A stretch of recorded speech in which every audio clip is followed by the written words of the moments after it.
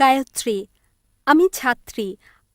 আমার প্রশ্ন এই যে আমার বান্ধবী বলেছিল আমাকে যে যা কোরআনে আছে তা সবই সঠিক এবং আমি তা মানি এবং সকল ধর্ম মানি।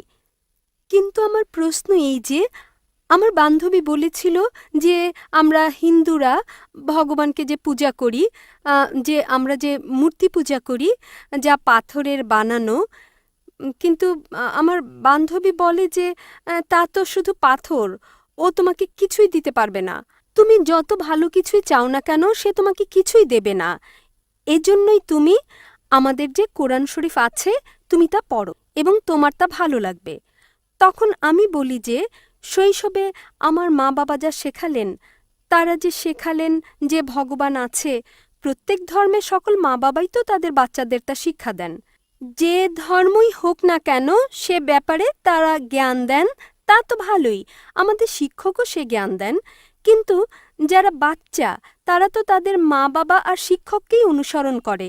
আমিও এমনটাই করছি, কিন্তু আমার বান্ধবী যে বলে যে এটা অন্যায়, তুমি তোমার পাথরের কাছে যাই চাও সে কিছুই দেবে না, আমরা আল্লাহকে এক মেনে চাইলেই তিনি সব কিছু দেবেন। আসসালামু আলাইকুম রহমতুল্লাহি ওবরাকাতু। সুপ্রিয় দর্শক মণ্ডলী, আজকের ভিডিওটিতে একজন মহিলা ডক্টর জাকির নায়েককে প্রশ্ন করছেন যে ইসলাম ধর্মে কি মূর্তি পূজা করা হারাম। খুবই গুরুত্বপূর্ণ একটি প্রশ্ন। তো প্রশ্নটির উত্তর আমরা জানবো ডক্টর জাকির নায়েকের কাছ থেকে। প্লিজ আপনারা ভিডিওটি সম্পূর্ণ দেখবেন। আর এই চ্যানেলে আমরা নিত্য নতুন ইসলামিক ভিডিও আপলোড করে থাকি, অবশ্যই চ্যানেলটিকে সাবস্ক্রাইব করে রাখবেন। তো চলুন আর দেরি না করে সেই ভিডিওটি আমরা দেখে আসি।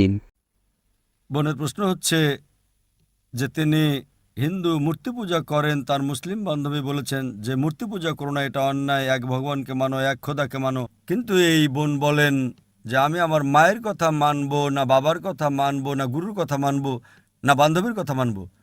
বোন, সবচেয়ে বড় গুরু হচ্ছেন ঈশ্বর, সবচেয়ে বড় গুরু আল্লাহ।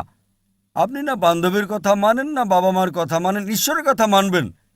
ঈশ্বর কি বলেন, ভগবান কি বলেন, আর এজন্য কোরআন কি বলছে, যদি সে বিষয়ে আপনি না মানেন তো ইনশাল্লাহ আগামী শনিবারে আসেন।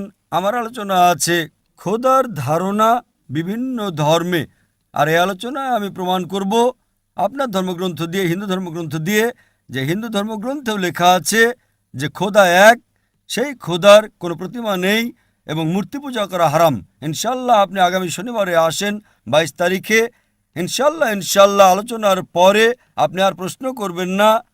আপনাদের ধর্মগ্রন্থ মতে আপনাকে এক খোদায় মানতে হবে, এক ঈশ্বরকে মানতে হবে এবং শুধু তাঁরই ইবাদত করতে হবে এবং মূর্তি পূজা হারাম। আগামী শনিবার 22 তারিখ ইনশাল্লাহ আপনি আসবেন বোন। ধন্যবাদ।